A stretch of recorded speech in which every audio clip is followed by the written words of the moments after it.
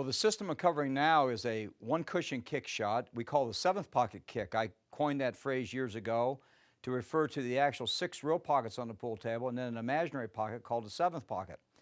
If you look here at the table very closely, in the prior segment we were covering basically rectangular one rail standard kicks. In other words, if you look at this configuration, you have this cue coming over here to this rail, coming over here like this to this cue.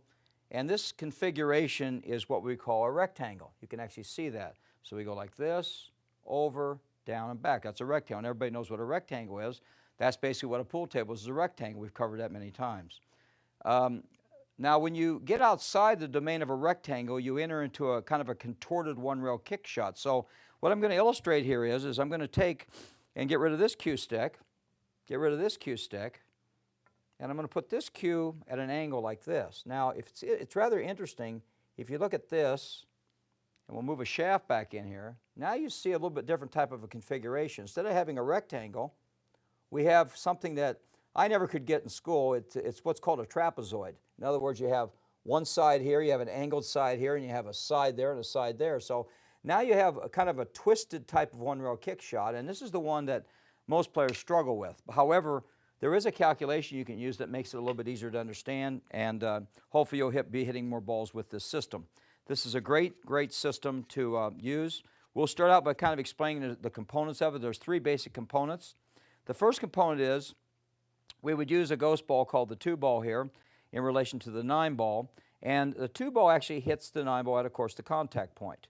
When you take the contact point of the ball and you were to tie a string on the contact point and go straight along this end rail parallel, over here on this side of the table, where the cue stick meets this cushion is what's called a 7th pocket. In other words, where this cushion comes down and meets this parallel movement, you have what's called a 7th pocket. So that 7th pocket is the one end of the first calculation. Now the second part of this calculation is to take the ghost ball, which is the 2 ball in this case, and take it to the cue ball, this line. Now that line has what's called a midpoint on it. So if you were to take from the cue ball to the 2 ball and find the middle in that line, now most of the time you can visualize that. If you stand back a little bit, you can see the midpoint between those 2 points. And that point would be demonstrated. We'll just put a piece of chalk down here so you can see the middle between those 2 points. So now we have 2 points that we can connect to create a track line. So we have a middle between the 2 ball and the cue ball, so that's between the ghost ball and the cue ball. We have the 7th pocket, which is at the opposite side of the table where the cushion meets down to this line going across. And remember, that line going across comes right off the contact point. That's where you have to hit to make it. Now at this point you have an angle into the rail. And I'm going to move back over here again so you can kind of see that. We've created this angle into the rail. This is that acute angle I talked about in our mechanical terminology. Just like that angle into the rail. So that acute angle has to be moved over to the cue ball. We talked about parallel lines. So if we take and put a stick next to this cue stick, you'll notice those 2 lines are parallel. And when they're parallel, this angle and this angle are the same. So we calculate this angle, we move this angle over. Now if you keep moving that line over, put another one next to it, put another one next to it, and move all the way over to the cue ball, you now have a straight line to shoot down. I'll just lay that cue in there so you can kind of see that.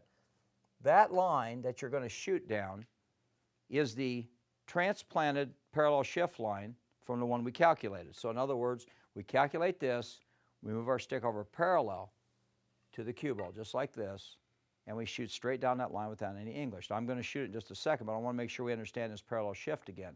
When you're moving over parallel, you want to be careful not to move the front of the cue too much. You'll change your angle. And not to move the back end of the cue too much because that'll change your angle.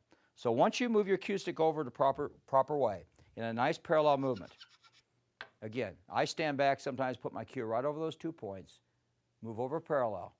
Now use a nice short bridge on this for accuracy. No English on the cue, just high, just roll the cue ball around the table and the ball comes back like this, goes right to the ball. So this is a way of using what's called a 7th pocket kick. And you'll use this when the ball's out on the table. You can use it on long ones, on shorter ones. But the whole intent of this is to show how to shoot those contorted type of kicks when they're one rails, which is the one most people struggle with. So I hope you've enjoyed this demonstration, and particularly I hope that you've enjoyed this CSI instructional tip.